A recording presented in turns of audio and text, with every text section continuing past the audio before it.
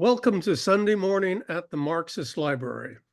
My name is Eugene Rule, and I will be your host and moderator for today's session. And today, as the world marks its 79th anniversary of the atomic bombing of Hiroshima and Nagasaki, we turn to a discussion of the existential threat these weapons pose to human freedom and security, and indeed to human life itself. And our title is drawn from the words of Robert Oppenheimer as he observed the first nuclear explosion in July 1945, and it is as follows. Now I am become death, the destroyer of worlds. We'll go beyond Oppenheimer to Livermore Lab and the new multi-trillion-dollar arms race. Our speaker is Scott Yundt. Scott is the executive director at Tri-Valley Cares, a watchdog group that works to stop nuclear weapons proposed at the Livermore Lab, as well as nuclear bomb plants proposed by the federal agencies to build these weapons and monitors, and exposes the nuclear weapons activities and the environmental cleanup at the Livermore Lab. Scott graduated from the University of California, Santa Cruz, where he double majored in environmental studies and legal studies. He then graduated from the University of San Francisco School of Law, where he received a public interest law certificate and the Pro Bono Publico Award for his commitment to serving the public interest. Now, back in the day, when we actually met at the library, we always provided free coffee and donuts. But now you're going to have to fend for yourself. But while you're getting settled, let me tell you a little bit about our weekly program, which is a project of the Institute for the Critical Study of Society at the Nebel Proctor Marxist Library, or ICSS. ICSS was formed to further the library's goals of preserving our written heritage, as well as supporting struggles for racial and gender equality and for socialism. The members of ICSS are active in different aspects of people's struggles in the Bay Area and globally. Some are affiliated with specific political groups and parties, others are not. We respect one another, but we do not necessarily agree on all issues.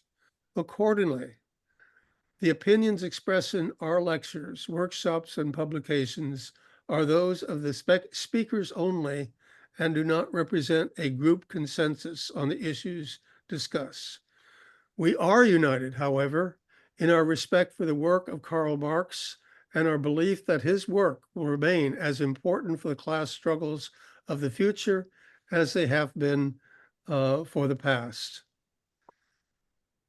As a group, we continue to draw inspiration from the work of Karl Marx, including his 11th thesis on Feuerbach, namely that the philosophers have only interpreted the world in various ways. The point, however, is to change it. And our speaker today is working to make sure that we still have a world to change, that it is not destroyed by nuclear war. So we've asked Scott to speak for about 45 minutes, followed by a brief break for announcements and Q&A. So go ahead, Scott. All right. Thank you so much for that introduction, Gene. And I'm really grateful to be speaking to you all on this Saturday morning. What a great opportunity to talk, and it's very well timed.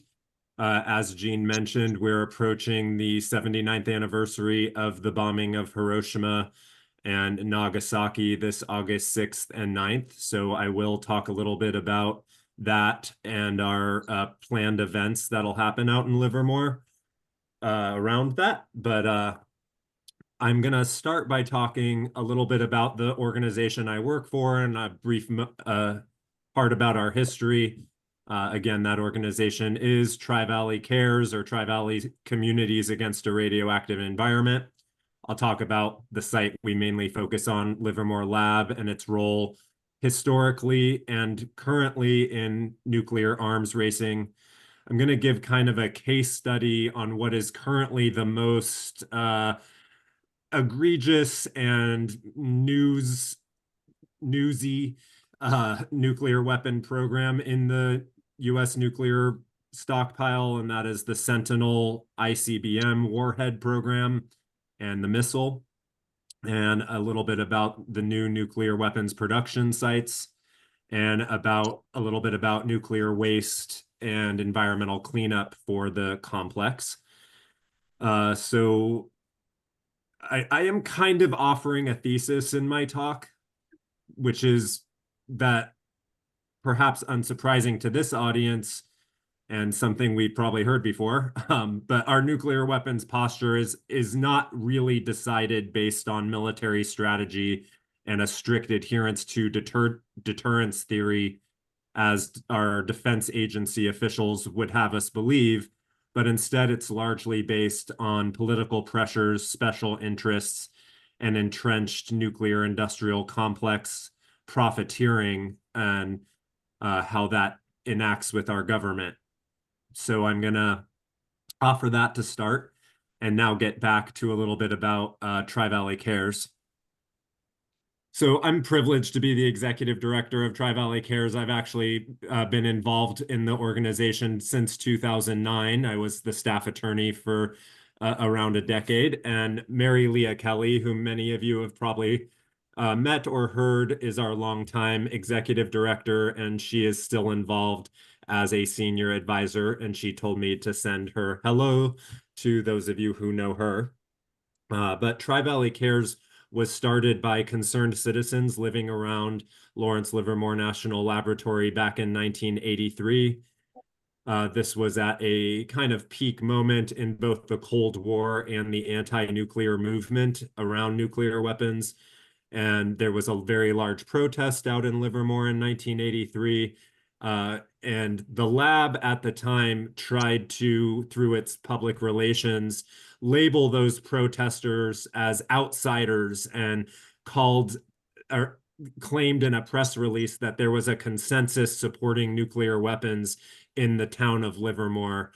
So concerned citizens who were not part of that consensus started this organization then, and specifically also wanted to delve deeper into what was really a top secret facility still at the time. There was very little awareness of the exact programs Livermore was working on, and little awareness and little science done to determine what the environmental impact of the lab was on the local community. Since the Tri-Valley Cares came into existence, that has changed. There is now much more public transparency about the activities of Livermore Lab, and they're now a Superfund site with active environmental cleanup happening. I will talk a little bit about that, but Tri-Valley Cares has also become a major player in nuclear disarmament and monitoring of Livermore Lab.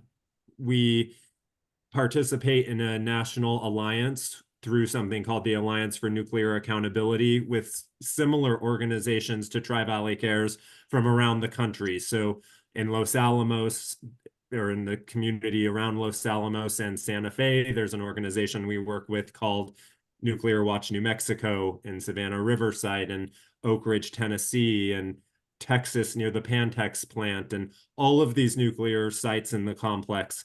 There's an activist organization surrounding it, and we bring a very unique voice together that both talks about the impacts of nuclear weapons development in the United States and argues for abolition and disarmament along the way. So I wanted to mention kind of, we are a small group just out in Livermore, which, by the way, for those of you who don't know, is in eastern Alameda County, and just about 35 miles or so east of Oakland.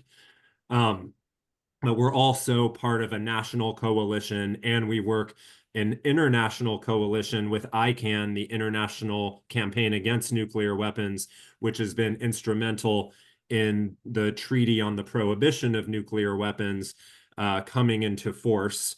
And if we want, we can spend some time talking about the Treaty on the Prohibition of Nuclear Weapons at the end. So kind of planting a seed. If someone wants to talk more about that, we can.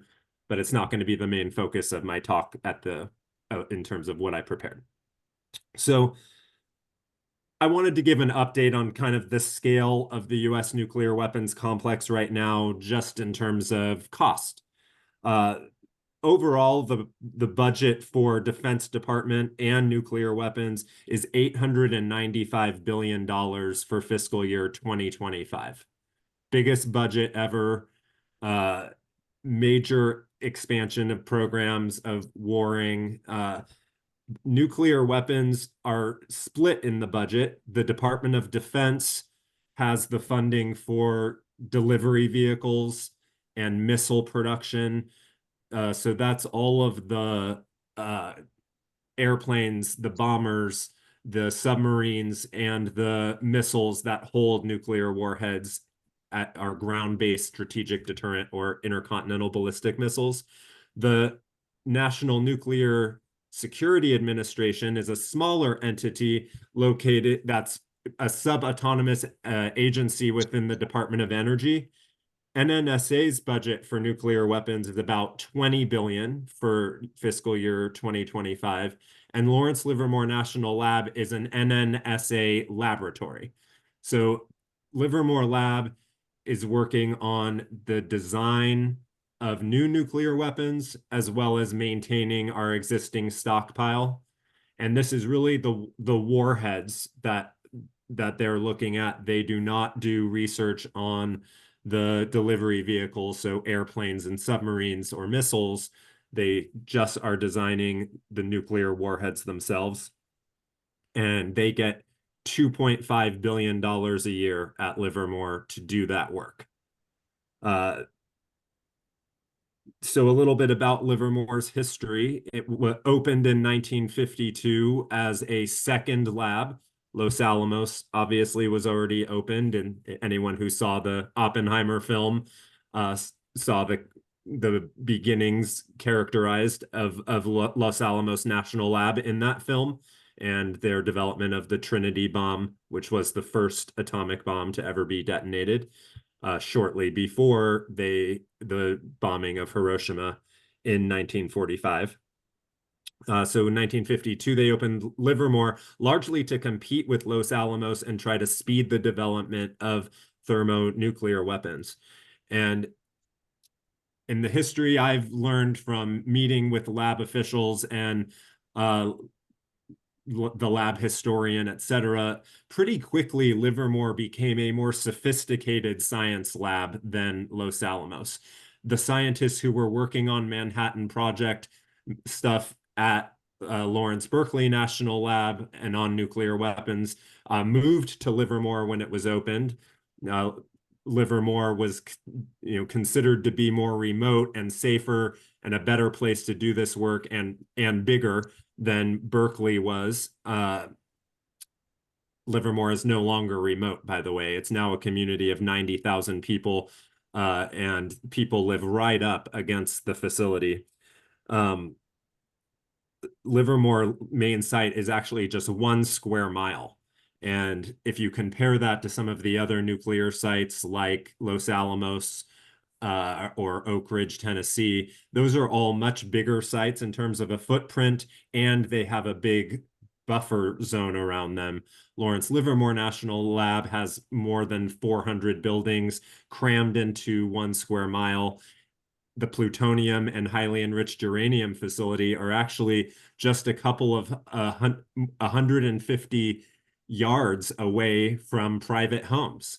So it is actually considered by NNSA to be the least secure facility in the nuclear weapons complex in terms of being able to keep it safe from a terrorist attack or an accident caused by something or a worker incident. And we can get into the security around Livermore Lab more if people are interested. One important aspect I wanted to mention about it too is Livermore was always managed by the University of California. And while University of California still has a stake in the management, since 2007, the management of Livermore and Los Alamos was privatized, meaning they invited private weapons contractors to come in and bid for the management of the facility. And of course, they jumped at the chance. So currently, the entity is called Lawrence Livermore National Security LLC, but it's made up of a consortium that includes Bechtel Corporation, BWX Technologies, Amentum, and the University of California. There's significant changes that occurred because of this management contract. One is that when it was exclusively managed by the University of California, executive or management salaries were capped at the federal level, meaning that nobody could make more at Livermore Lab than the President of the United States. But once they privatized that contract, they were no longer federal employees, technically, or public employees, and the executives were allowed to make far more than the President of the United States. So now the director of the lab makes more than $1 million a year. And there's a whole slew of executives there that make a huge amount of money. And in addition to that, these corporations, Bechtel and BWX among them, and the chief ones I want to point out, heavily lobby members of Congress on nuclear weapons issues. Whereas when it was exclusively managed by the University of California, UC was not allowed to go to Congress and lobby on nuclear weapons programs. They were prevented from doing so as a public entity, but now that has gone away. So we have a system where the corporations that are profiting from the management contract at Livermore Lab, in turn, have a huge lobbying machine that lobbies for more work at Livermore Lab. In essence, more nuclear weapons, more funding for nuclear weapons, more dangerous nuclear weapons programs, without any interest in thinking about things like non-proliferation or disarmament. So in talking about Livermore Lab a little more, I have to mention some of the environmental impacts over the years. There's been over 1 million curies of radiation released into the air from stacks at Livermore Lab due to accidents and routine releases. So interestingly, Livermore Lab was also in charge in the 1960s of coming up with an estimate for how much radiation was deposited on the people of Hiroshima from the atomic bombing of Hiroshima, and their figure is roughly 1 million curies. So the amount of radiation released out of the stacks at Livermore is about equal to the amount of radiation deposited on the people by the bombing of Hiroshima. But of course, this is over a much longer period of time, not in a single instance like in Hiroshima. Still a lot of radiation, and it's ongoing. That has resulted in an increase in cancer rates in the community among children who grew up in Livermore, specifically of certain types of brain cancer and malignant melanoma. It's also been found that employees at the lab have a rate of melanoma that is more than 6 times higher than the average in the population. More than 3,000 employees from the lab have filed claims for exposure-related illnesses at Livermore Lab, and their contamination has also resulted in contaminated groundwater and soil at the site, and that contamination has to be cleaned up pursuant to EPA standards. And I'll mention that every nuclear weapons site in the US complex is a Superfund site with an active cleanup. And the cost for that is one of the biggest liabilities that the US government currently has. The estimate for cleanup at sites actually goes up every year more than the amount that they spend on cleanup. So we are nowhere near any state of cleaning up the legacy contamination from development of nuclear weapons as we escalate that ongoing development. Today, 9,500 employees work at Livermore, and the vast majority of those are on nuclear weapons programs. And one of the things Tri-Valley Cares really has to compete against is the lab's own public relations. If you go on their website, if you follow them on social media, they talk about the science that they do. They talk about climate change research. At job fairs, if you look at their materials, the words nuclear weapons aren't even mentioned in their materials. But I want to share with you a chart that just shows, based on the money, what they're doing. So they get $2.505 billion for fiscal year 2025, which is the next budget.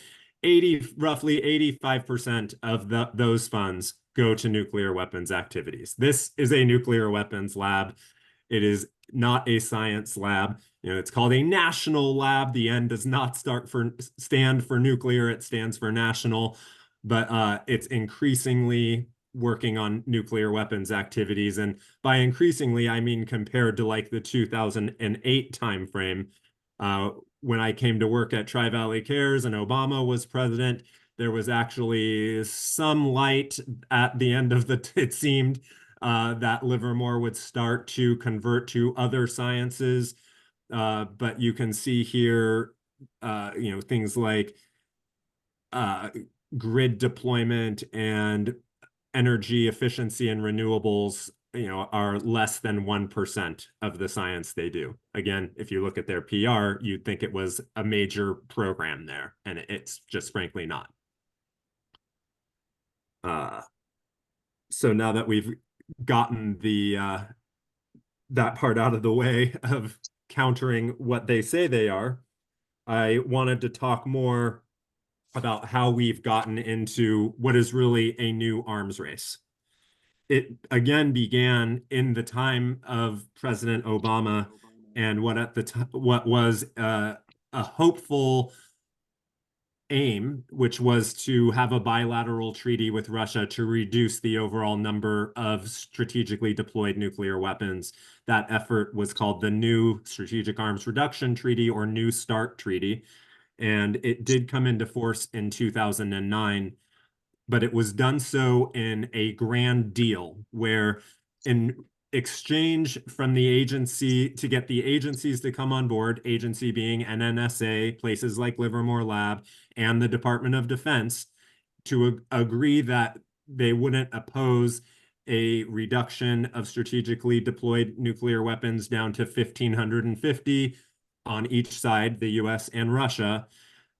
The agencies extorted, if you will, agreement on behalf of the administration that they would work toward a new program where all of the weapons in our stockpile would go through what was known as life extension.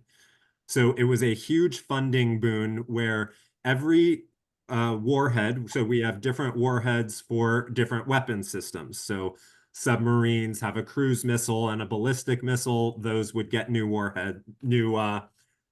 would get fully replaced. The same warhead actually would be used, but all of the components in the nuclear weapon, the design of the missile and everything would get replaced.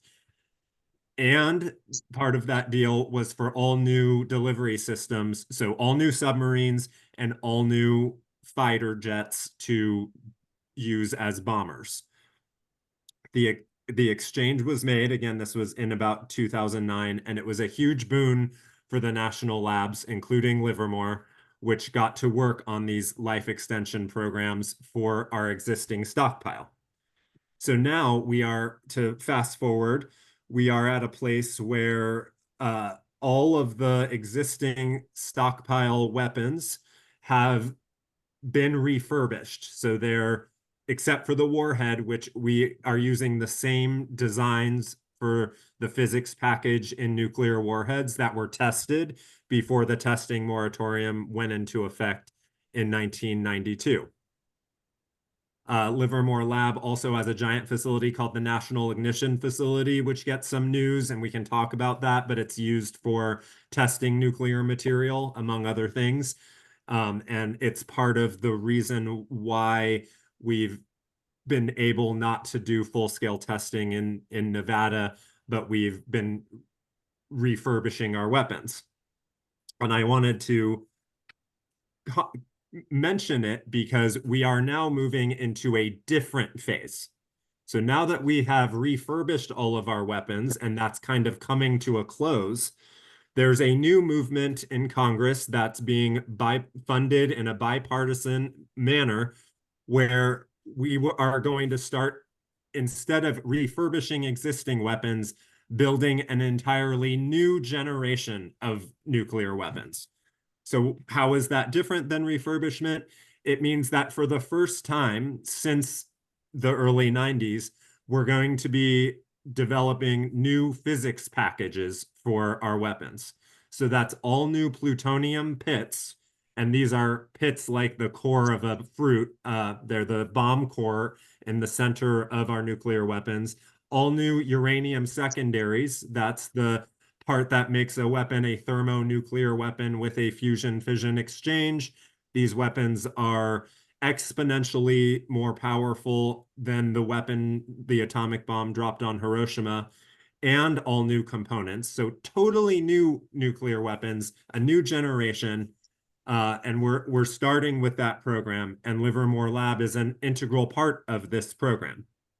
And it is also part of what's creating a brand new arms race as our adversary countries, mainly Russia and China, are starting to, in response to this program in the United States, match and escalate their nuclear weapons programs. So the case study that I wanted to give is one that's heavily in the news and one that Livermore Lab is especially entwined in, and that is the new Sentinel ICBM program.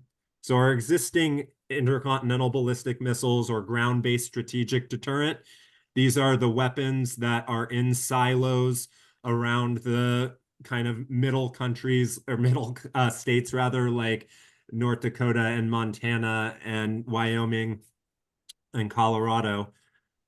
So we have 400 missile silos currently. In those missile silos in the ground are Minuteman III missiles.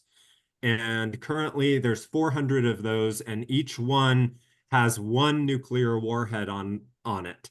I mention that because you can actually have what's called MIRVs, or multiple independent reentry vehicles, on those. So it's when the missile has multiple warheads on it, the missile, these are all ballistic, they go into space really, and as they approach their target, the missile shoots out multiple warheads off of it, or they have that capability. But under the New START treaty, we removed that capability. So each missile currently just has one warhead on it. Now we are going to be moving forward with this Sentinel program. And to move back to the New START time, as President Obama was finalizing negotiations with Russia for New START in 2009, a coalition of US senators who were worried that the treaty might mean ICBMs were done away with leveraged their votes on that treaty's ratification and successfully pressured Obama into limiting the reduction of ICBMs and committing to replace or modernize them with what I mentioned, a life extension program. And this presented an opportunity which has come to fruition, in which the Air Force decided to have a whole new system called the Sentinel. And in 2013, the Senate, this same group of senators, formed what they call the ICBM Coalition, which at the time blocked all efforts to completely do away with the ICBM Lake of the Triad. And though the Pentagon was trying to investigate that, because frankly, it doesn't serve our military objectives as much as they wish. They believe we could probably just have submarines and bombers. This coalition in the Senate blocked that effort. So this is getting back to my thesis that a big part of our nuclear weapons program has nothing to even do with military strategy. It has to do with politics. And for the ICBMs, specifically the politics of having missile silos located in a whole bunch of states across the center of the country. Step in Northrop Grumman, which is the weapons contractor that is being gifted, if you will, the contract to develop all new silos and the missile for the Sentinel ICBM. They've contributed between 2012 and 2020, over $15 million to members of that ICBM caucus and the House and Senate Armed Services Committees, where appropriations are made to support the Sentinel program. The biggest and most vocal member of the ICBM coalition or caucus is John Tester in Montana. And he's called the project something that's near and dear to him. Montana has the most ICBM silos of any state.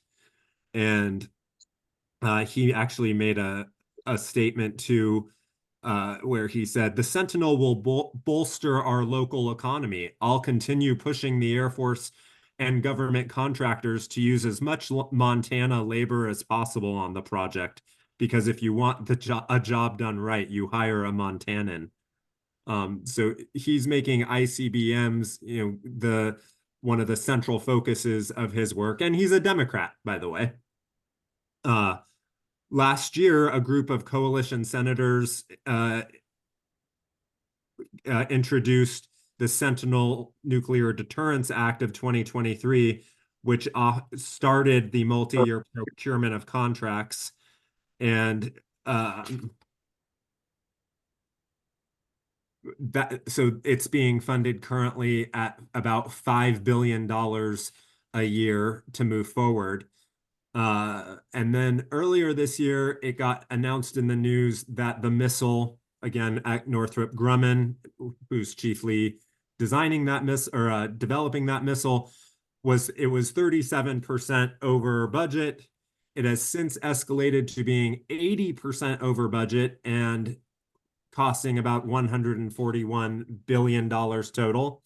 And that, again, is just for the missile portion. It does not include the nuclear warhead portion. And I mentioned this cost escalation because it's part and parcel of our nuclear program at this point. What happens is when these programs get introduced in Congress at the beginning, the agencies habitually lowball how much they think it's going to cost. They habitually lowball what the overall scope of the program is. For example, for this Sentinel program, when it was first proposed by the Air Force and by the ICBM caucus, they said, we'll use the same silos that we already have for the Minuteman III. We'll just fit new missiles in them. And it's going to cost this reasonable figure. Well, fast forward 2 years, and guess what? Oh, those silos actually aren't going to work. They're not modern enough. We cannot use those. We have to build all new silos, of course, at a huge expense. And Northrop Grumman is drooling and very happy at that change in scope. And it's now going to cost us 80% more. But because we're already over $100 million invested in the program, excuse me, we are, $100 million invested, it becomes much more difficult for Congress to turn back at that point. So despite efforts, because there's something called a Nunn-McCurdy process where they have to do a review because of the cost overruns, they've argued that it is imperative to national security, and they're moving forward with the Sentinel anyway at this point. But I will say there are some growing opponents in Congress, one of whom is a local congressman, John Garamendi. John Garamendi, who's a Democrat from the East Bay, is on the House Armed Services Committee, and he's been having hearings and bringing this cost overrun issue at the Department of Defense portion up a lot and trying to create amendments that will cut it. And we've been working closely with him to support that. If John Garamendi happens to be your representative, he's represents Richmond and parts of Solano County, and you'd like to work with us on this, we need more constituents of his to support his work.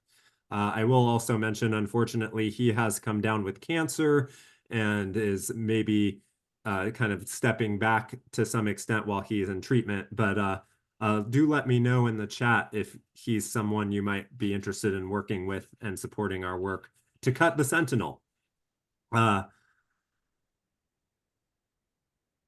There's real problems with the intercontinental ballistic missile program in general.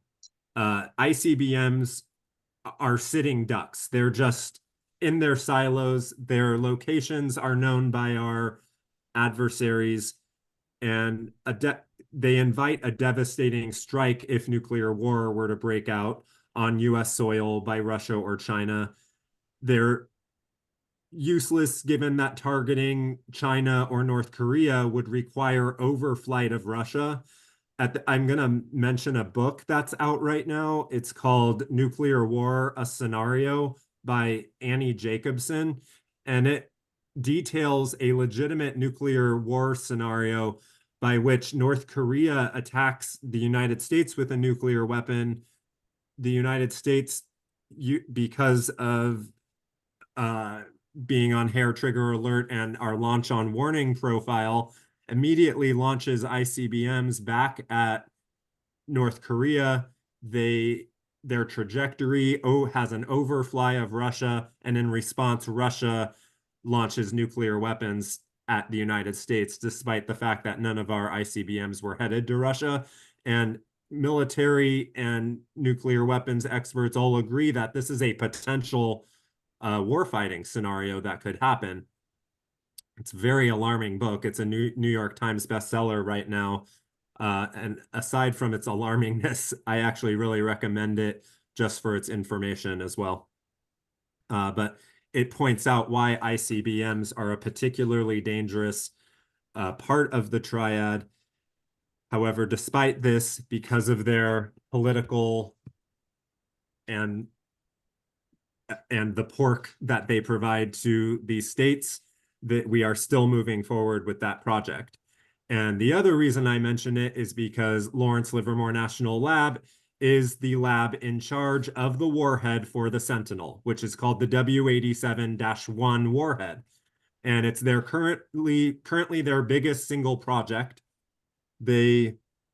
What's especially alarming about the W87-1 is for the first time since the testing, we have observed the testing moratorium in 1992, Livermore is opening up the physics package of that weapon. So that means that they are redesigning the plutonium pit and the uranium secondary and how it interacts with the plutonium pit is being redesigned. By doing so, that is going to require all new plutonium pits be produced for the Sentinel ICBM warhead. So to do that, the NNSA is having to build all new production capacity for our nuclear stockpile. So Congress has decided to do this program, we need to be able to build 80 new plutonium pits per year. And we're going to do so at 2 sites. One is Los Alamos is going to have a production capacity of about 20 new nuclear pits per year and plutonium pits. And Savannah River site, which is on the border of South Carolina and Georgia, is going to develop its own plutonium pit production plant where they will build up to 50 plutonium pits per year. And again, this will be the first time we've done that, built new plutonium pits since the late 80s. We used to do so at a site called Rocky Flats Plant, which was outside of Denver, Colorado. Rocky Flats Plant was investigated and then invaded, or it was raided by the US FBI because of environmental crimes in the early 90s. And at that time, we stopped building plutonium pits.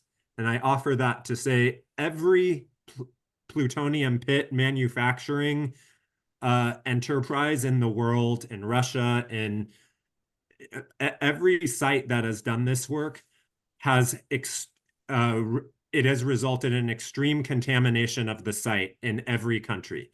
It's work that has proven to not be done safely in any country yet. So in the nuclear weapons program in Russia, the most risky and contaminated work was plutonium pit production. In China, the same. And even in France and England, that's where the uh, the most dangerous work is, and it has consistently resulted in plutonium contamination near those sites. So for this reason, and because a very cursory environmental review of plutonium pit production was done by the agency, Tri-Valley Cares, Nuclear Watch New Mexico, and Savannah River Site Watch has sued the NNSA, the National Nuclear Security Administration, trying to block their plutonium pit production plan. And our lawsuit, we got involved because Livermore is the chief design laboratory, even though that production won't happen at Livermore. Livermore is actually designing how the production will happen. So they're designing the glove boxes and the machines and the whole process that will get installed at Savannah River site, where most of the production will happen, and to some extent at Los Alamos, where they'll be doing plutonium pit production in a bigger way than they've done in the past.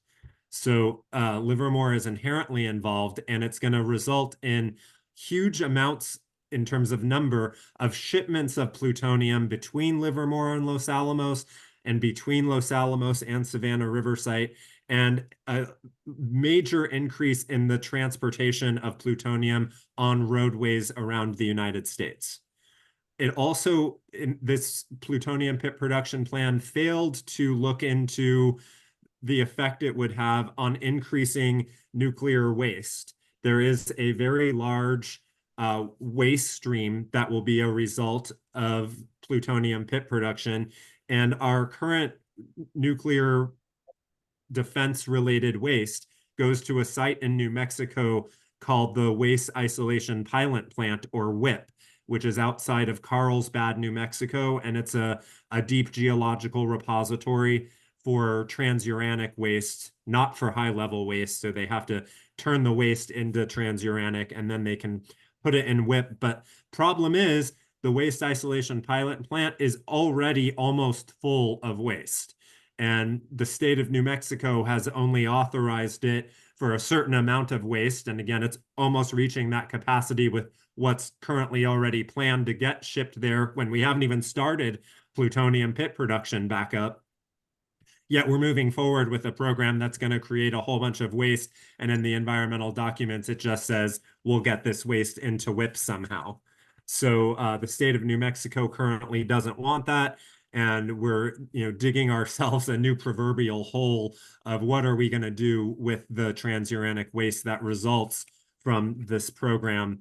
And the reason it's connected to the Sentinel again is because the first 10 years of plutonium pit production is going to service just the Sentinel ICBM weapon. Plutonium pit production is going to also cost a huge amount of money, obviously, and it's currently not considered part of the Sentinel budget.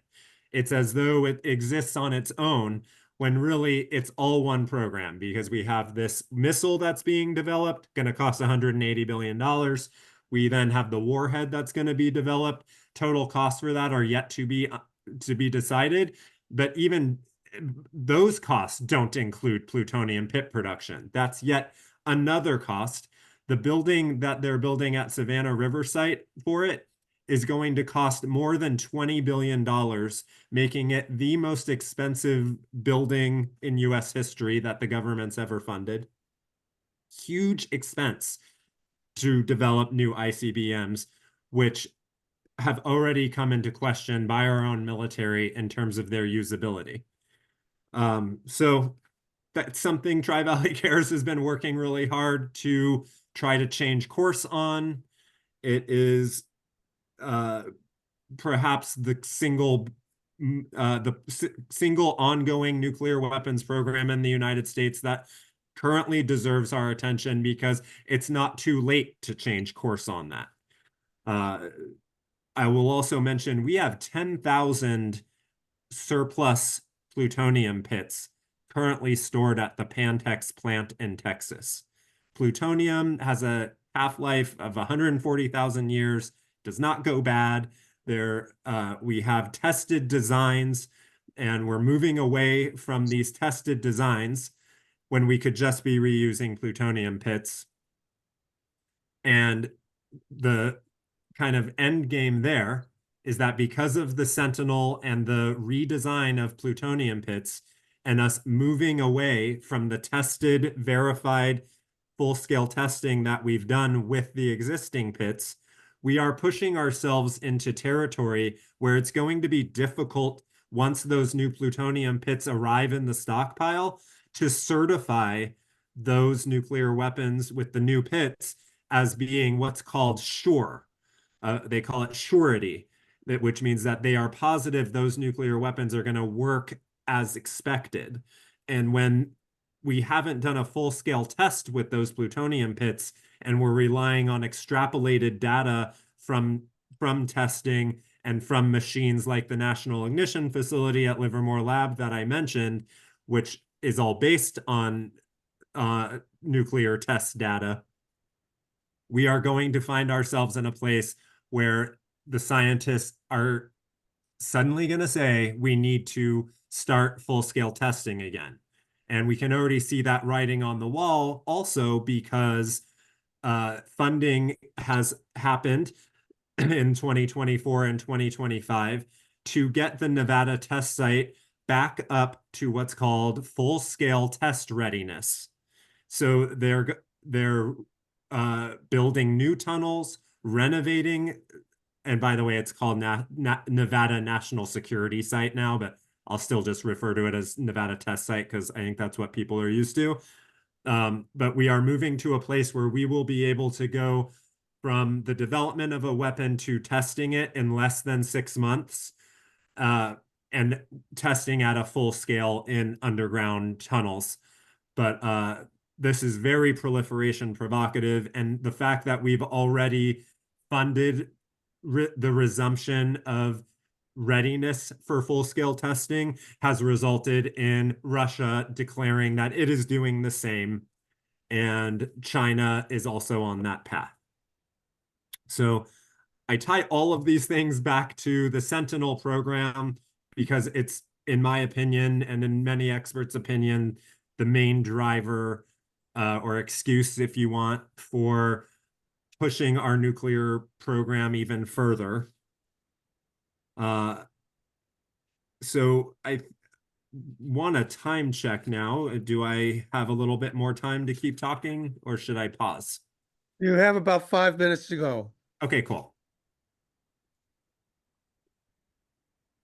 So I've mentioned that everything I've mentioned so far has bipartisan support in Congress. There's very, very little critique of these programs on the Democratic side. But I do want to point out that you probably heard of the Project 2025 thing that the Heritage Foundation and other far-right think tanks have come up with. And I wanted to talk about its proposal and the far-right proposal if they were to get into power for our nuclear program. So they support 400 new Sentinel weapons. They also support what's called MIRVing. I mentioned that before, putting multiple warheads on the new Sentinel and preparing. They want to build 800 new plutonium pits for the Sentinel so that each will have the capacity to have 2 warheads on it, thereby doubling the number of weapons that we have in the ground. They also want to fund developing road mobile ICBMs. So Russia has mobile ICBMs. They want to have us build systems either on trucks or trailers or rail cars that would be mobile and could be moved around in the United States, thereby being harder targets, but also thereby putting the communities they're located in at risk at any one moment, and also at a huge expense. They want to increase the number of long-range standoff cruise missiles to 1,000 from what's currently just a couple of hundred. They want to add 4 additional large-scale submarines that carry submarine launch ballistic missiles. Each of those submarines costs in the neighborhood of $12 billion. So that would be a huge funding add. And submarines are the most proliferation provocative leg of the triad because they're invisible and our adversaries are really concerned about our submarines being in their waters, etc. It also increases the possibility of a nuclear war by miscalculation or mistake as countries try to spot our nuclear submarines, which also can mimic non-nuclear armed submarines. All of them are nuclear powered, of course. When I say nuclear submarine, I'm talking about a nuclear armed submarine. They want to add to our stockpile of weapons that are kept in NATO, as well as add nuclear weapons to the Indo-Pacific region, potentially even giving custody of nuclear weapons to allies in the Indo-Pacific area, including Japan and South Korea. They want to build long-range nuclear anti-ship cruise missiles, which we currently don't have in the stockpile. They want to confront the risk of space-based nuclear weapons and develop a what they call our declared right to preemptively destroy space-based nuclear weapons or satellites that appear like they could be housing a nuclear weapon, which is a direct threat, if you will, to North Korea that has launched satellites that have unknown contents. So Republican or these entities want to give the green light to shooting existing satellites out of space that North Korea has launched. In addition to that, they want to expand plutonium pits from the 80 per year that I mentioned to 200 by the year 2035. We're currently on schedule to have 80 by 2030. It's probably going to be more like 2032 or 2035. So they want to greatly expand how many pits we can build, which means they want to greatly expand the overall stockpile. I mentioned the New START treaty for a while. New START is set to expire in 2026. That will be the first time there is no bilateral treaty with Russia that's holding limits to the number of nuclear weapons or type of nuclear weapons since the 1970s. We're out of the INF treaty. We'll be out of all nuclear bilateral treaties with Russia in 2026. So our current policy is basically creating and forecasting what the world will be like once we are out of that treaty. And we are planning for a major and rapid nuclear weapons expansion, not just in number of warheads, but also in number of systems for delivering those warheads, which makes us much more dangerous. I talked a little bit about our policy, but we do still have a first use policy, which means we do not have a policy that we would never use a nuclear weapon first. We, under our current guidance, would allow ourselves to do so.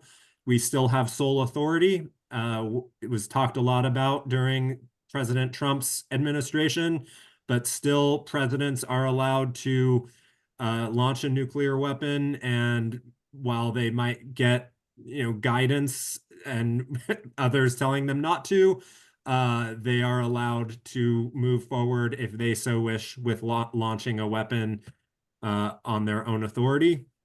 We're still on hair trigger alert, which means we have currently 1,550 weapons ready to launch. Many of them could launch in about 7 minutes. Some might take a half an hour, but that would be the longest.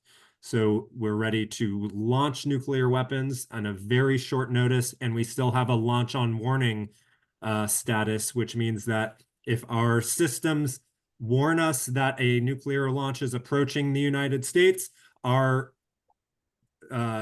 conscripted response is that the president is supposed to launch our ICBMs back. I know I'm getting over time, so I just lastly wanted to share a little bit about our upcoming event. Did that share? Nope. Here we go.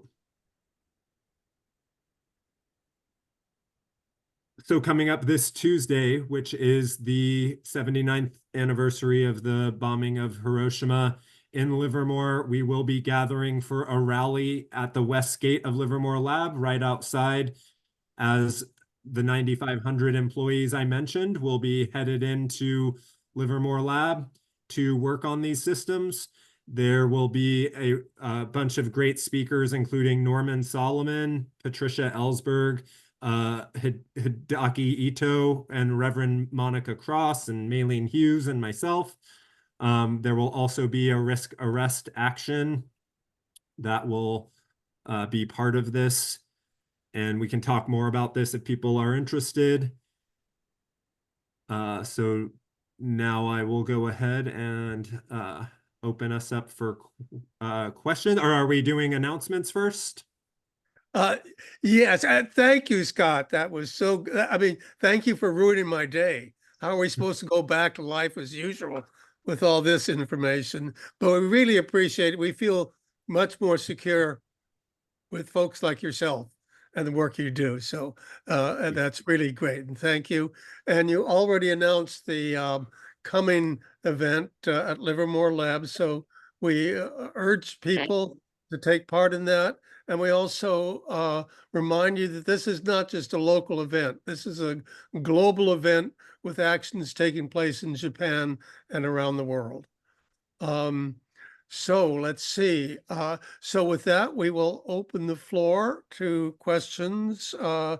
Let's see. And also remind you that our one of our mentors, Daniel Ellsberg, regularly participated and was regularly arrested at these events. So we will. Would you want to tell what's coming up next week? That is exactly what I want to do, unless you would like to. No, you go ahead.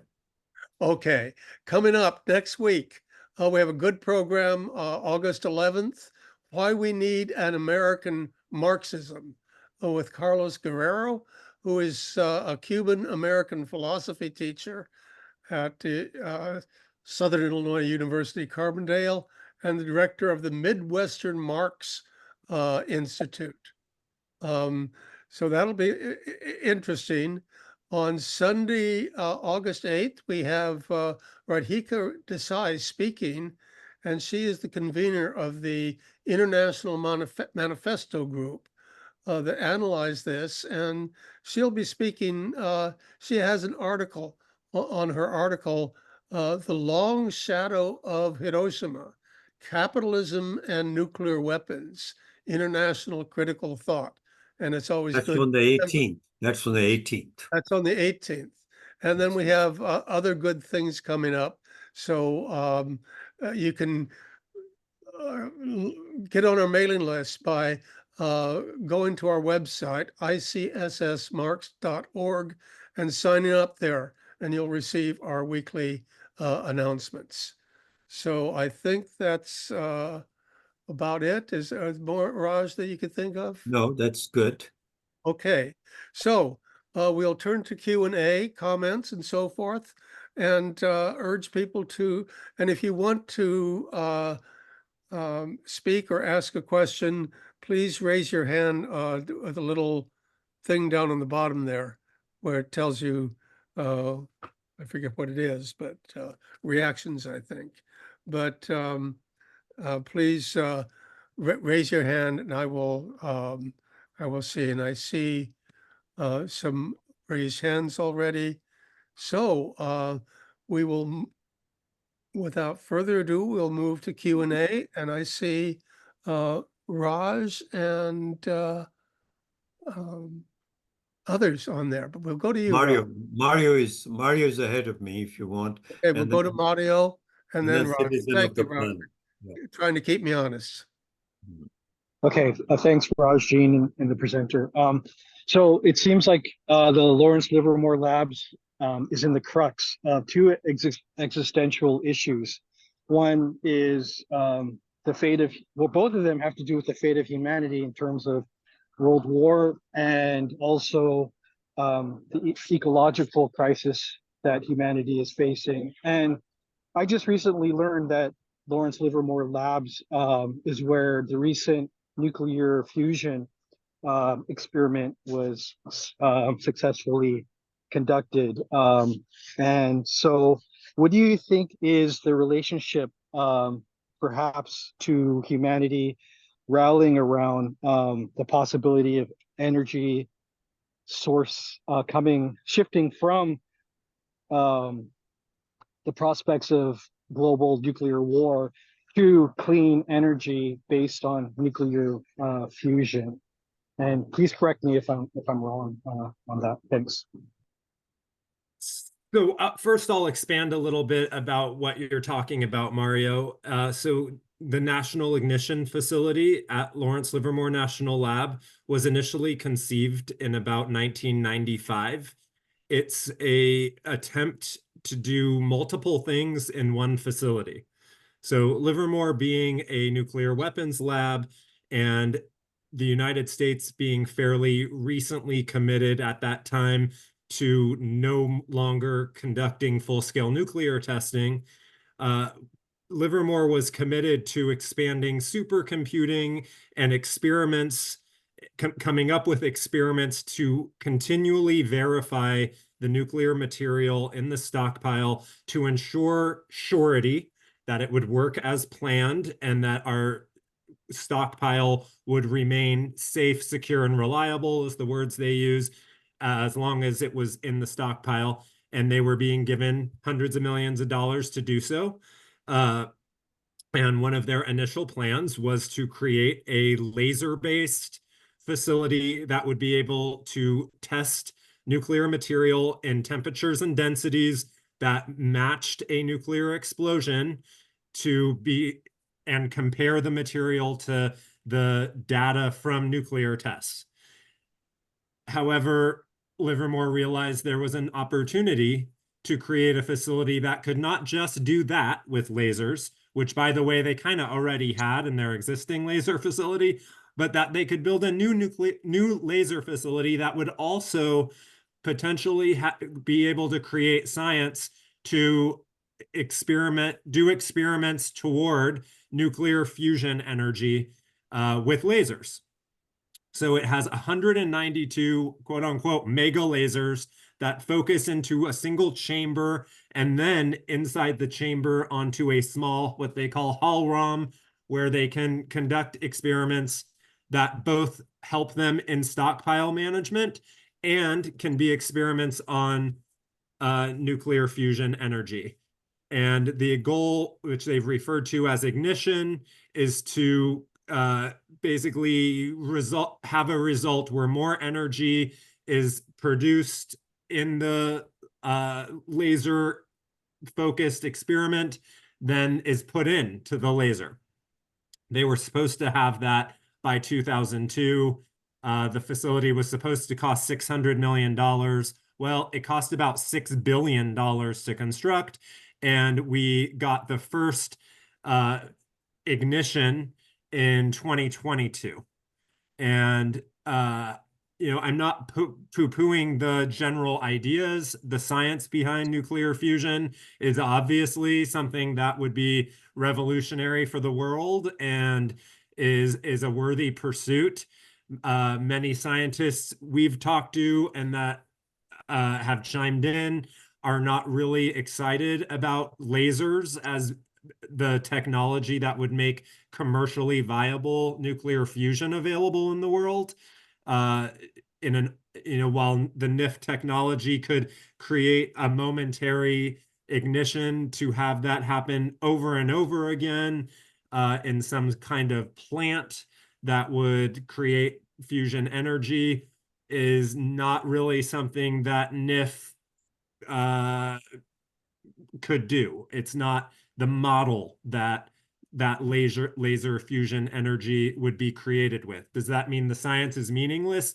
No, but our argument at Tri-Valley Cares and other critics of the facility argue that for the cost of NIF, we probably could have gotten more commercially viable nuclear fusion related science had we not tried to co-locate this facility together with a nuclear weapons related need that the lab had. But that was kind of how they could get the funding. Again, it had this cost overrun situation that is just replete within the complex. And I mentioned $6 billion to construct. It's now at over $8 billion if you include the operational costs. Probably could have gotten better science for $8 billion, but we had this operational need in the complex. So while it's great that they did finally get ignition, there's hope, and it builds a foundation for ongoing experimental science in nuclear fusion. It's a bit of a red herring, if you will, on what the real work there is. And they kind of had to show Congress that they would get something for all that money. But really in an ongoing way, NIF is a nuclear weapons facility. It's mostly funded as a nuclear weapons facility. Most of the shots done at NIF are in support of the nuclear weapons stockpile, not energy related research. And they maybe overblow the results of that research. But that isn't to say there's not important nuclear fusion research going on at many other places in the world. But this has been the US's main program in nuclear fusion energy. And unfortunately, for most of the scientists I've talked to, it's not likely to go very far beyond what NIF has done, especially in terms of laser-related nuclear fusion experiments. I wouldn't depend on our national labs that are weapons focused to help us in the transition away from fossil fuel energy. There are other places like Lawrence Berkeley Lab, which is not weapons focused. They do no classified research at Lawrence Berkeley Lab.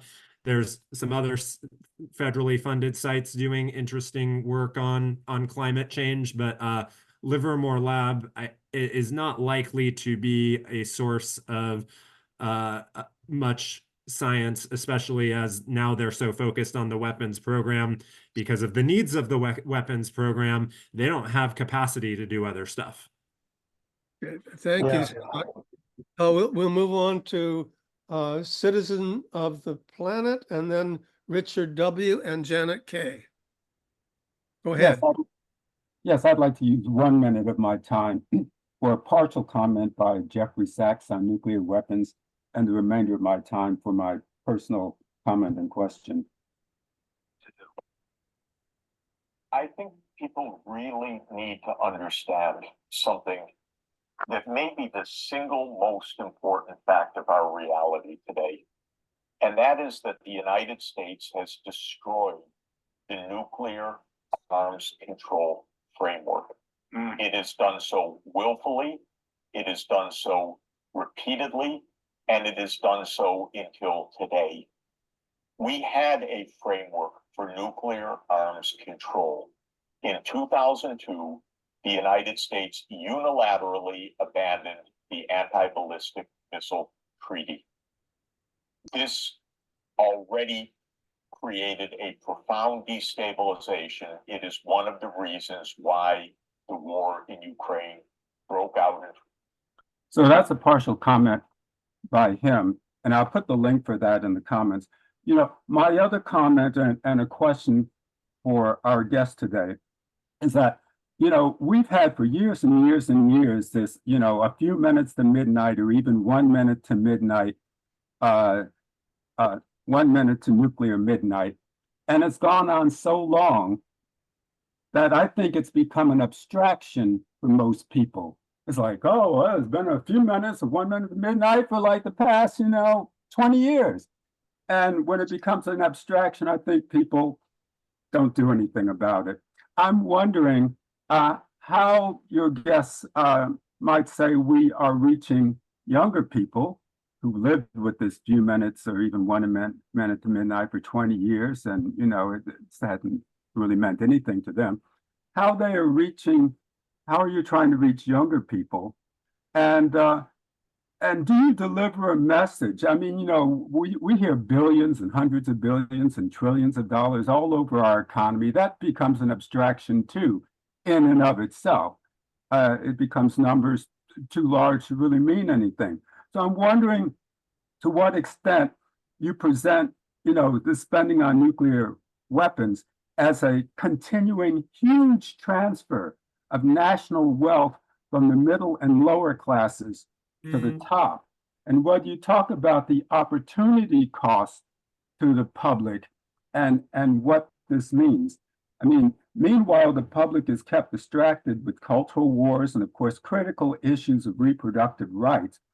But I'm wondering, being distracted with those critical issues, whether the public feels like these nuclear issues are a distraction, and it's just instead of the younger people who have most of their lives ahead of them, that it's older people who are doing the demonstrating and retirees that are doing the demonstrating. And how are we getting younger people's attention that instead of the dire needs at home, let me know if I'm running out of my time. Like one of my housemates is going through a process with her. You are indeed running out of your time. Okay, I'll just finish up. With her formerly middle-class mom, where she has had to spend her way into poverty to get government assistance for the infirmed. Okay, thank you. Go ahead, Scott. So I really appreciate those comments, and it's something I think about a lot. I mentioned a little bit about the United States involvement in the START treaty, but I didn't mention how we've definitely been engaged in kind of ruining a fairly strong international treaty regime. And so we can talk more about those, but the NPT, we are still a member of the Non-Proliferation Treaty, but it's become largely meaningless. There was just an NPT gathering last week. That didn't go well. And what has happened now is the global South and non-nuclear states have moved on from the NPT and entered into the Treaty on the Prohibition of Nuclear Weapons, which is both a bright spot in the international kind of view of nuclear weapons. It's a ban treaty. It has large support throughout the world. However, the nuclear weapon states have so far ignored it. And I'm happy to talk more about TPNW. I just thought I'd kind of respond with that bit of information. I think you're very right that both the Bulletin of Atomic Scientists doomsday clock and the kind of funding, talking about the funds that go into nuclear weapons, both of those things have started to fall on deaf ears, especially with young people. I'm engaged in actually a pretty deep study being done with the Nuclear Threat Initiative, which is an entity, a nonprofit that's doing studying on how do we get this message to a younger generation of Americans in a way that resonates. And it really does show that talking about funding doesn't work. And also there is a really big kind of disconnect in talking about the number of nuclear weapons. That is a reflection of reality. For a long time, the nuclear weapons kind of disarmament efforts have really focused on reducing the number of weapons in the stockpile. And that was a successful effort. In 1986, we had the peak number of weapons. We were at 70,000 nuclear weapons in the world.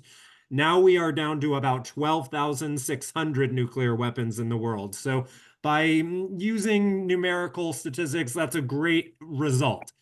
However, has that resulted in a lower nuclear threat? It's maybe resulted in less possibility of there being an accident or a miscalculation because that threat increases when there's just more weapons floating around. But in terms of the intentional use of a nuclear weapon, most experts think we are actually at a higher level of threat than at any time since the Cuban Missile Crisis right now. So it shows that just the number of nuclear weapons in the stockpile does not limit the threat of a nuclear war. And as Daniel Ellsberg often pointed out, a fairly limited exchange of nuclear weapons of 10 to 100, which is a fraction of how much each country or the major countries have. China, Russia and the United States still have 90% of the nuclear weapons in the world, China being a secondary player. But a limited exchange between these countries could be enough to cause nuclear winter, would be hugely devastating for the world, would be a potentially world-ending type of scenario. So my point there is that, especially in younger generations, there is a real disconnect happening between, well, why on one side are we didn't we get rid of many of our nuclear weapons? Why is the threat so high? And should we talk about the number of nuclear weapons? And then secondarily, young people have been shown to consistently not be concerned about cost. The idea that safety, and if nuclear weapons keep us safe, then at any cost that should be fine. Don't we spend exponentially more than that on defense anyway? And the answer is yes, we do. So it's true, these cost figures do not resonate. What does resonate with young people is hearing, actually, though, that spent nuclear weapons are not making us safer. And so hearing that we're wasting money on nuclear weapons systems like the Sentinel that I mentioned, that do very little to enhance safety, even in the minds of military experts for the most part. There's very little support for a brand new ICBM leg. That tends to frustrate younger folks when they hear about that kind of thing.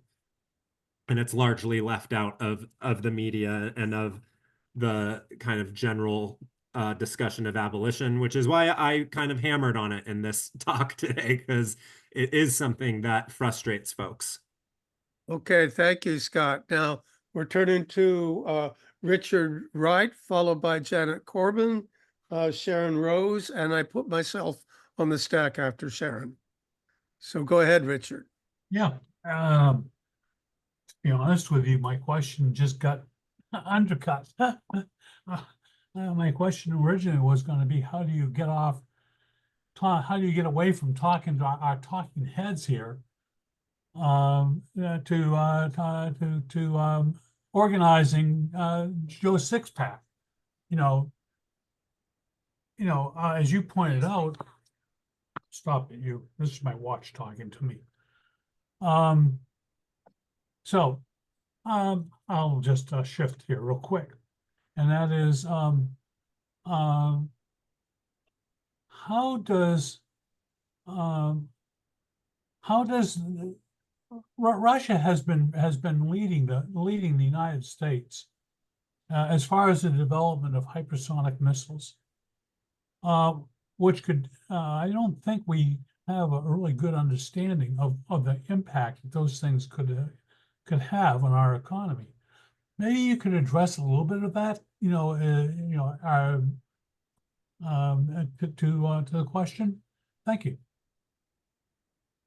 All right. Well, if the first thing I'd love to say more about what I was talking about, and being that you asked it to some extent, one of the other things that this kind of think tanking that's been happening at Nuclear Threat Initiative has identified is the level to which young Americans are completely uninformed about nuclear weapons. So there's something like 10% who believe that nuclear weapons are abolished or close to being abolished. Most young people don't think we have a first use policy, don't think we have nuclear weapons on hair trigger alert anymore, don't think that we have presidential sole authority. even members of Congress are misinformed about some of these details, specifically on no first use. They recently did a polling of members of Congress, and fully 25% of them believed that we didn't have that our policy was no first use, when our policy is we allow first use. So I'm just saying there's a huge educational disconnect.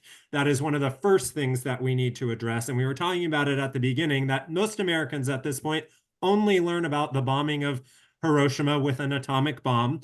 They also believe that our current nuclear weapons are similar to that atomic bomb, not aware that they're actually hundreds of times more powerful than that bomb was. Not to mention so much more sophisticated in terms of delivery and everything.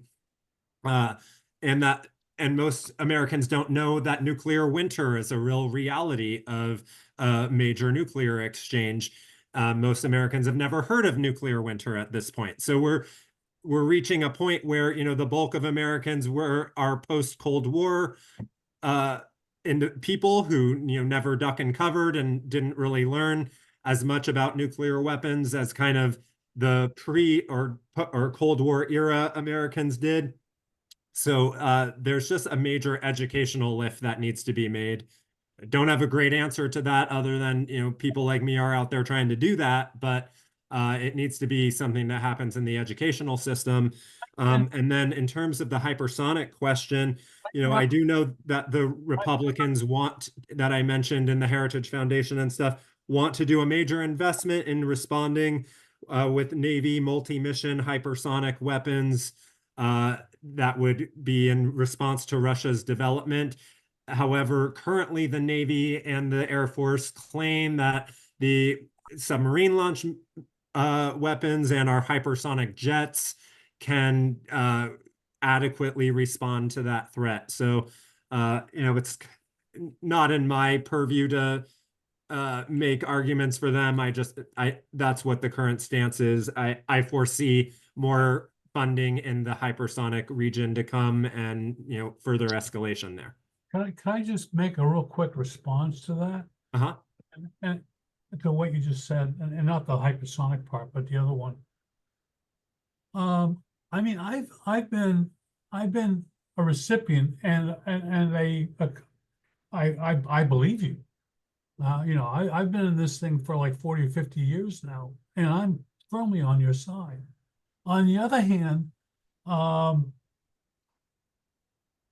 this talk has not led to anything of substance. We're back at where we were back in the 60s and the 70s. In fact, actually, in some respects, we're worse off than we were then. And so I'm this whole we start off our thing here with our thesis on 11th thesis on Feuerbach. And the point is to change, and we haven't seen any really headway going in that respect. So you're doing your studies on how to appeal to younger people. I'm just wondering if maybe you should start to look at maybe your approach needs to be changed.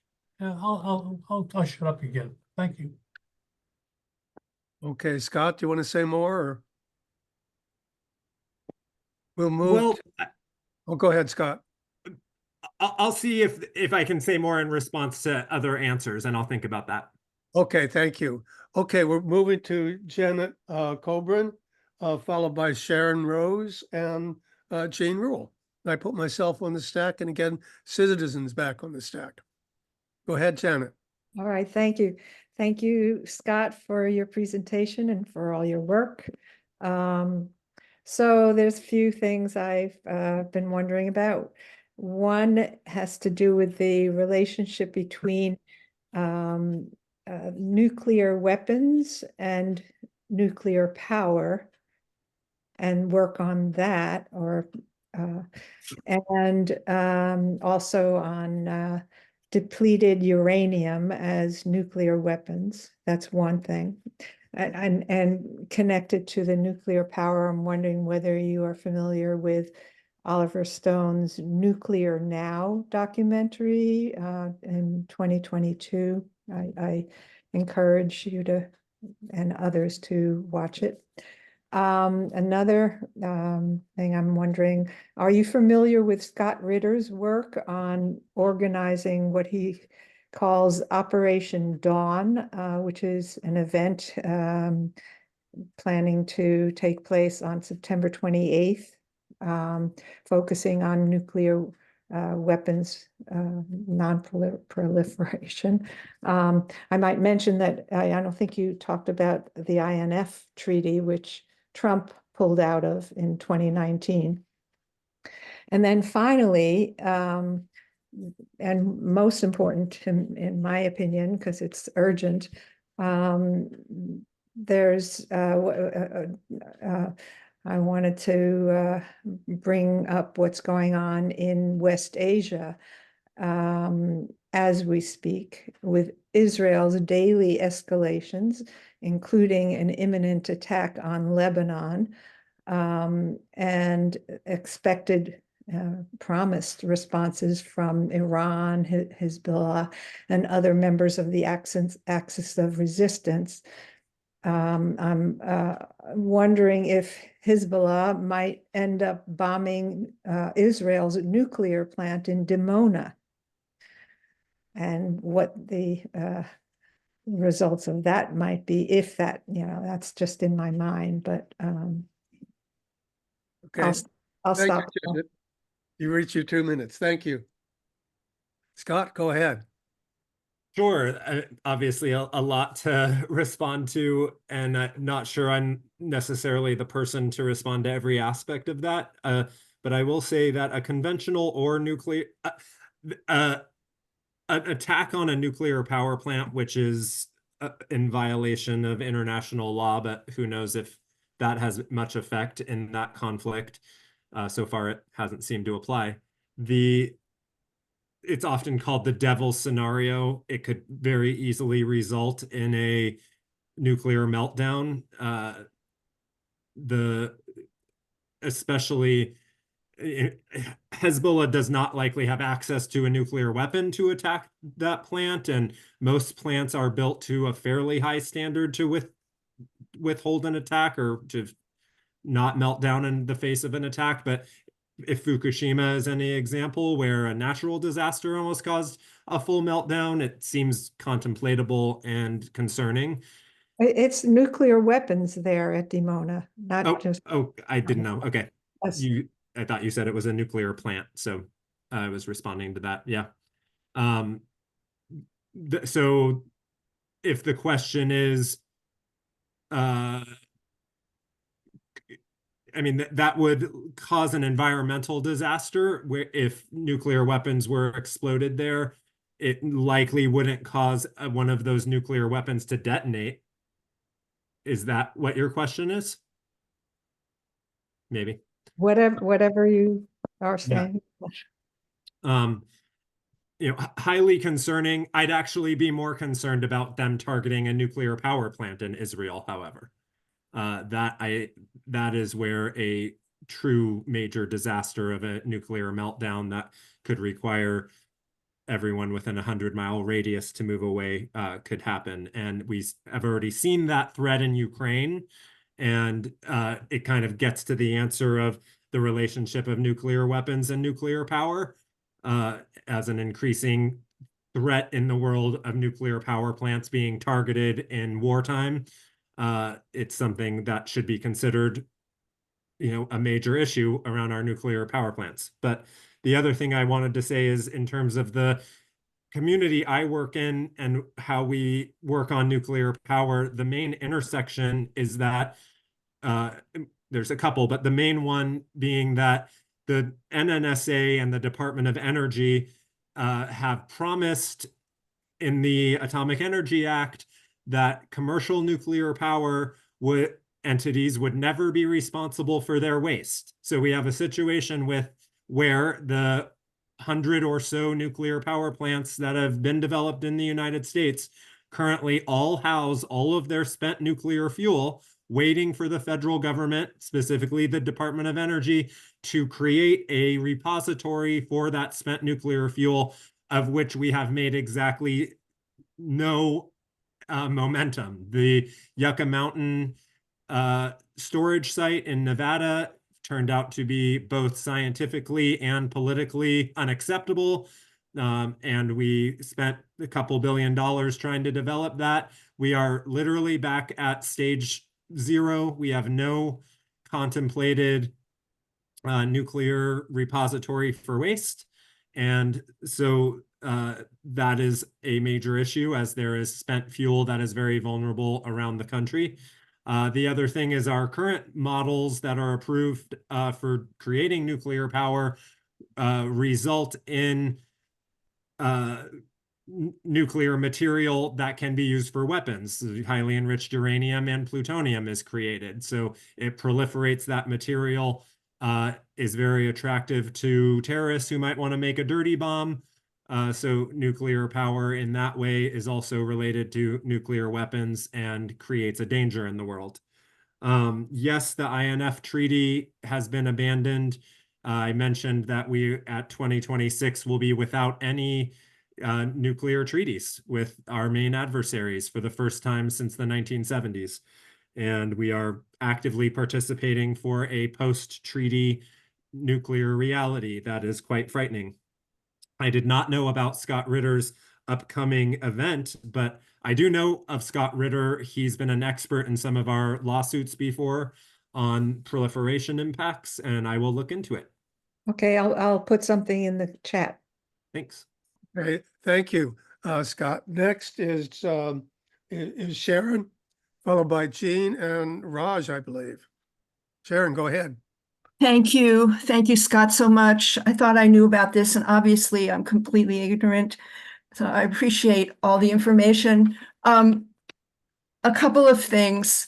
I work with teachers, high school teachers a lot, and I think it would be really important, but I maybe you've already done it, to push a certain curriculum around teaching young people about all of this. Teachers who teach essay writing or how to write an argumentative essay are always looking for good topics that they could get their students to explore and take one side or the other side kind of thing. So I hope that that is part of what you're doing.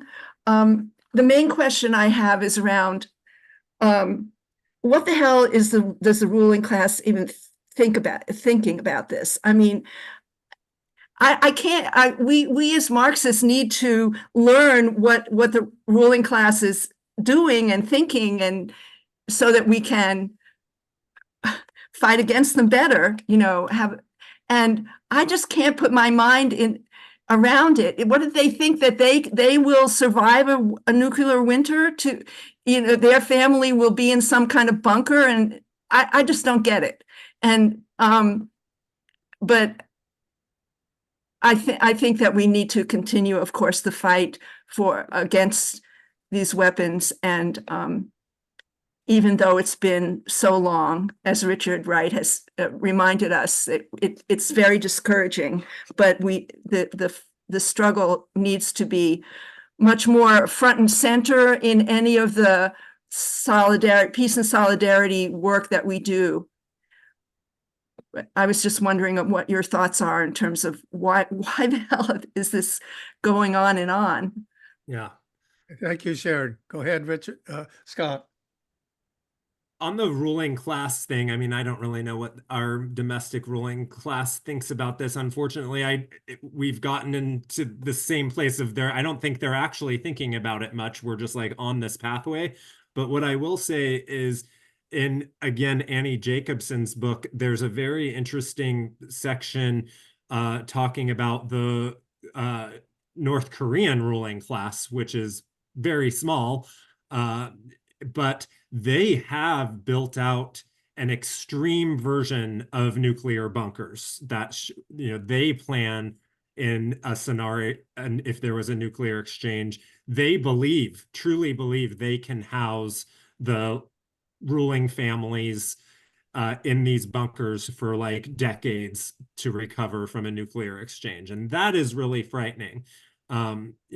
We have huge command and control systems in place to try to keep the government going in a nuclear exchange. And another amazing thing about that book is that it shows how actually unrealistic that is. And so another part to answer your question, and kind of what I've concluded, is that there's some kind of pride, if you will, that because the United States developed these weapons, we're going to keep it going. We are not going to be the country that, or the nuclear power that ever takes initiative on real steps for disarmament.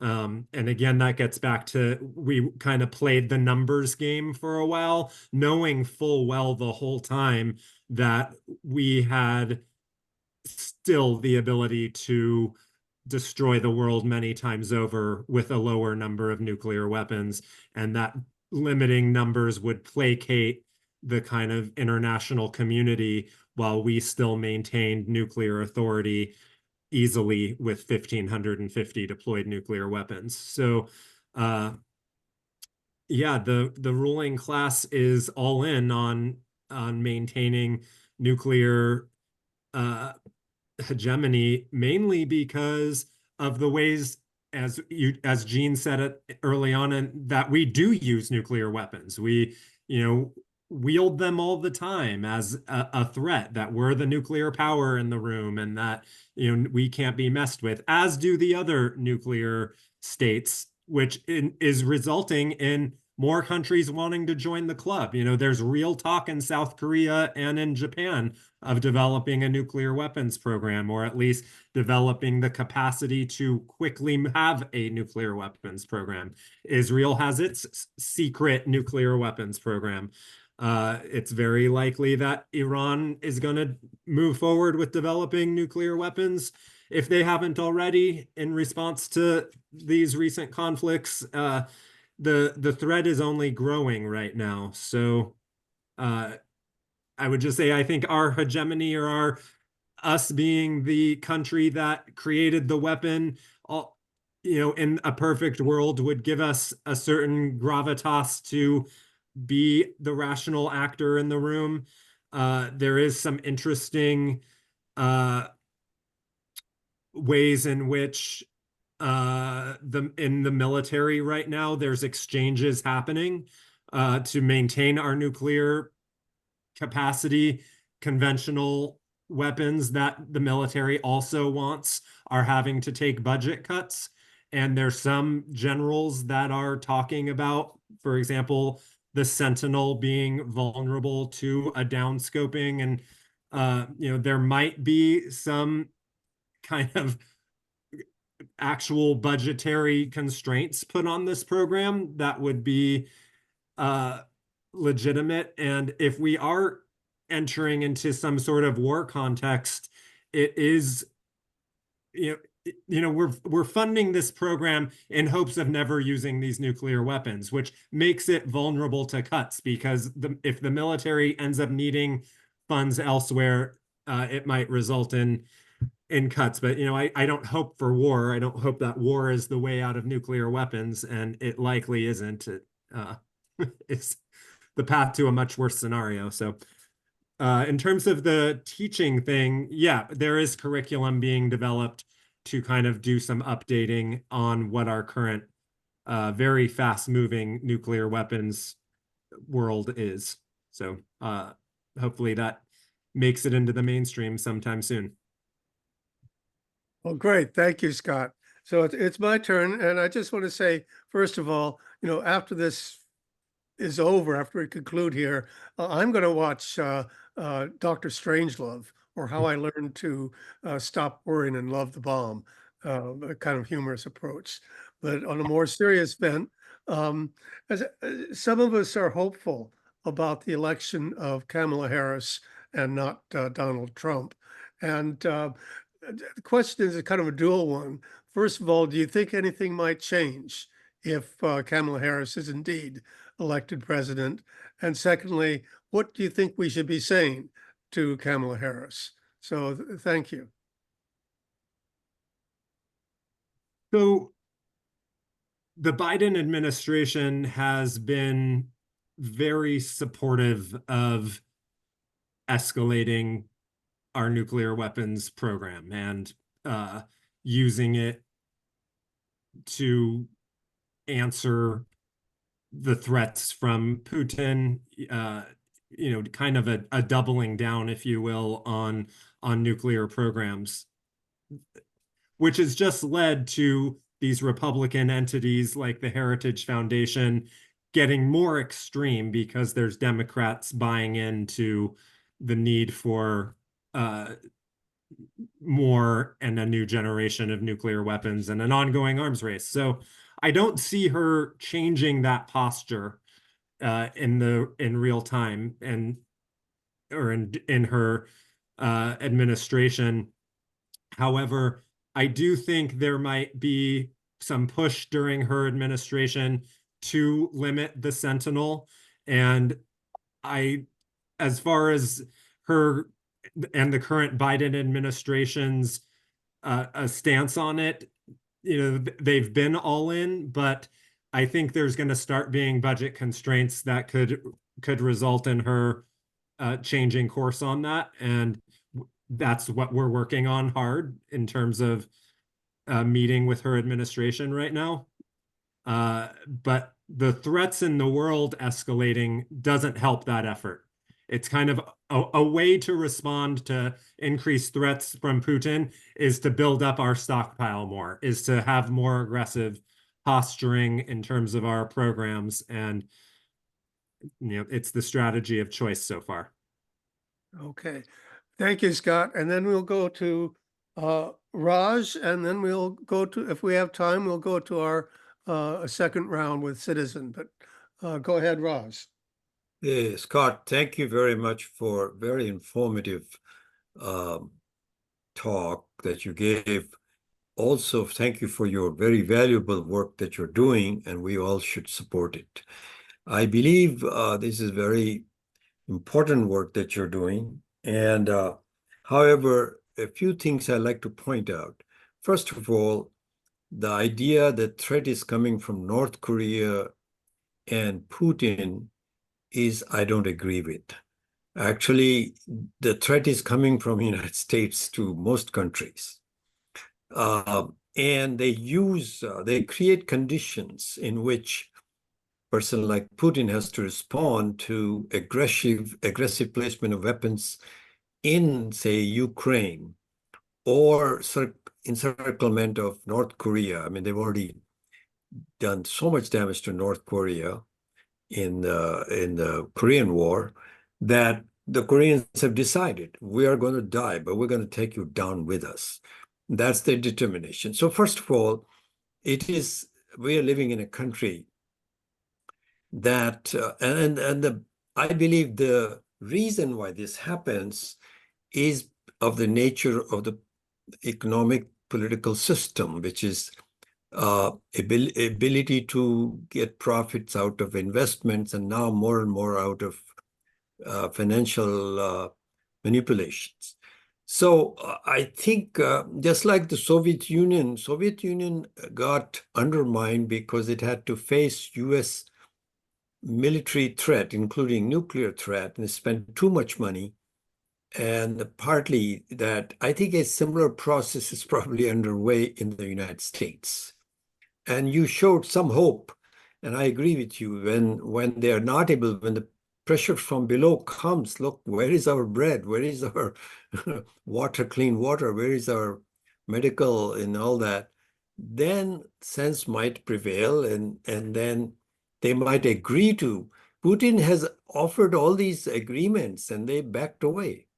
And so therefore, I think valuable work that you're doing will help create that pressure on the administration to come to terms with reality, but it'll come from the masses demanding that their needs be met rather than continuously claiming that we're defending you from aggressors, because the greatest aggressor in the world. Is there a question here, Raj? World War II. Yeah, I will. I want his comment. This is my statement, but I would invite Scott's comment on this. How do you think? What do you think? I absolutely agree with you that the United States is the chief aggressor, causing the response from Russia and North Korea. And one of the main differences is that Americans and our ruling class or people in power appear to believe that we somehow have this special status, that we can go ahead and develop nuclear weapons and be this aggressor in the world, and we will forever be somehow exempt from being attacked ourselves. And that's almost like not a worry. And I mentioned that the bunker thing in North Korea because they do not believe that. In North Korea, they are very clear that they are playing a game that will likely result, or that could result in them getting attacked, and they're preparing for that. And so when I mentioned that, I was just claiming that there's kind of a different willingness and understanding of the consequence of being a nuclear weapons player that America seems to think we don't have to abide by, that we'll somehow be able to nuclear war fight and never have a nuclear weapon land on our soil kind of thing. And I think that is just frankly untrue. It's not something the other nuclear powers agree. They are doing more realistic preparation for that. I think it's part of the discourse in those countries among ruling class that could result.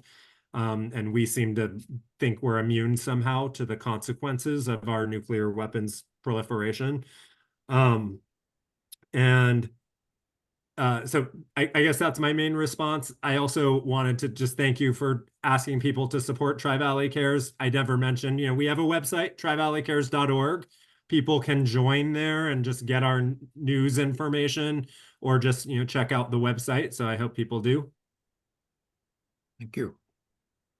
Okay, thank you. And again, I hope people will take that request seriously and do support Tri-Valley Cares. I know I do, and that's why I got a call from one of your agents and asked if they had a speaker. And they said, as a matter of fact, we do. So that's great. Do support Tri-Valley Cares as well as ICSSmarks.org. Okay, we're approaching the end. We have only less than 10 minutes, so we need to wrap it up, and we want to give Scott a chance for some summary comments. So we have one last speaker, Citizen of the planet. Go ahead. Okay. For the audience later who may not have access to the chat, the Jeffrey Sachs comment excerpt, first of all, I did put that in the chat, but the title of the YouTube podcast for the Jeffrey Sachs comments is called, quote, Prof. Jeffrey Sachs, U.S. subservient to Israel. But at 2140 into the recording is where he talks about nuclear weapons. I also want to say that there was an excellent article in the June 2023 Harper's on the dangers of American hubris. Why are we in Ukraine? And the scariest thing about that article that I did not realize is that the US now believes it has a first strike capability against Russia. And so that in part is what Russia's responding to. Many of us know that nuclear missiles in Ukraine would put a nuclear strike 5 minutes or less from Moscow. And so that makes the entire world in greater danger.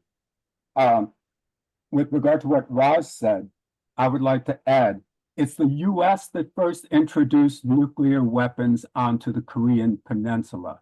The US literally had hundreds, if not perhaps thousands, of nuclear weapons on the Korean Peninsula. And the reason it was hundreds and perhaps even thousands on such a small peninsula is because most of those were tactical nuclear weapons. And Korea was at one point, actually under Jimmy Carter, going to be a potential testing ground for the use of tactical nuclear weapons on the Korean Peninsula, of course, against North Korea. I was really surprised that people don't know about nuclear winter. I thought it was part of any dramatic movie about nuclear war. And with regard to the ruling class and what Sharon said, the ruling class does psychologically believe that, it has protection in these bunkers that have become at least towns, if not cities, under the mountains. And they have food that can last for literally decades. There's forms of dried food and other food like that, freeze-dried, that can last for decades. So I would like to try to wrap up my comments by saying I sort of agree with Richard Wright. It seems like, we haven't come very far, and especially— Is there a question here? Yes. Well, this is my question. It seems like we haven't come very far in especially alerting younger people to the dangers of nuclear war. The U.S. is threatening the use of nukes in Korea, Vietnam, and Iraq. And so I'm wondering about the messaging. I'm wondering that, maybe one way we could do this messaging is talk about things that aren't being built, like hospitals, schools, other institutions, and how this is actually enriching a segment of the 1%. So I'm wondering, those are kind of inchoate thoughts on how to reach younger people, but I'm wondering what you have to say about that. Okay, thank you, citizen. And Scott, we're going to end with your response to this, and please any kind of summary statement that you have. So we have about 3 minutes left, so that is yours. All right. I did notice Sheila had her hand up too, but in terms of the messaging, there is it is shown that in the focus groups and stuff that we've done, some people do appreciate hearing that if we didn't spend money on nuclear weapons, we could be doing other things that benefit people and stuff. Frankly, most people have that implicit understanding already, and the extent to which the general population has bought into the concept that nuclear weapons are keeping us safe is an extreme hurdle at this moment. It is being pushed by the mainstream media, and the general public believes it. They've bought into deterrence theory. They've bought into the fact that the United States is kept safe from having these weapons of mass destruction, and it should be done at any cost. And we see it over and over again in the testing. So we've been taking the tack that part of, at least, that's focusing on the money and focusing on the number of weapons is not a great way to focus, but instead confronting the argument that nuclear weapons keep us safe is the place to challenge the narrative. And so that is what we've been driving home. Nuclear weapons are not keeping us safe. They're in fact putting the entire world at risk.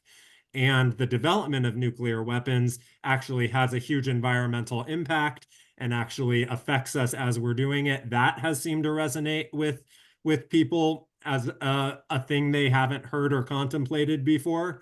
And that makes them less likely to continue to support nuclear weapons. So, that's part of my response there.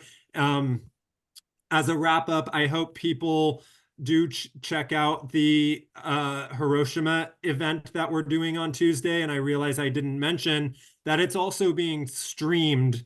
And from that flyer I showed, you can watch it virtually and see the speakers, including Norman Solomon, including Patricia Ellsberg, and even watch the folks do the nonviolent direct action portion. So check out the Tri-Valley Cares website if you want that link to watch the event on Tuesday, August 6th remotely. You can watch it live, and then we'll post it on the website later on, and if you want to watch a recording. Okay, well, thank you so much. We are at 12:30 and remind you that this program will be posted on our website rather rapidly. And Raj, I think you're in charge here. Is there anything Yes. more? I'll go ahead and stop the recording first. Okay. Well, thank you.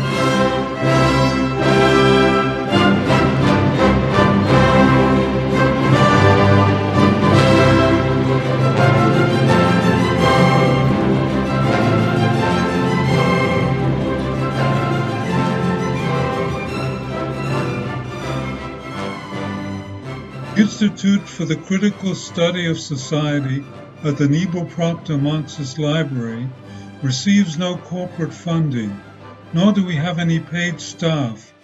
We rely on the support of working class folks that share our commitment to the socialist legacy of Karl Marx.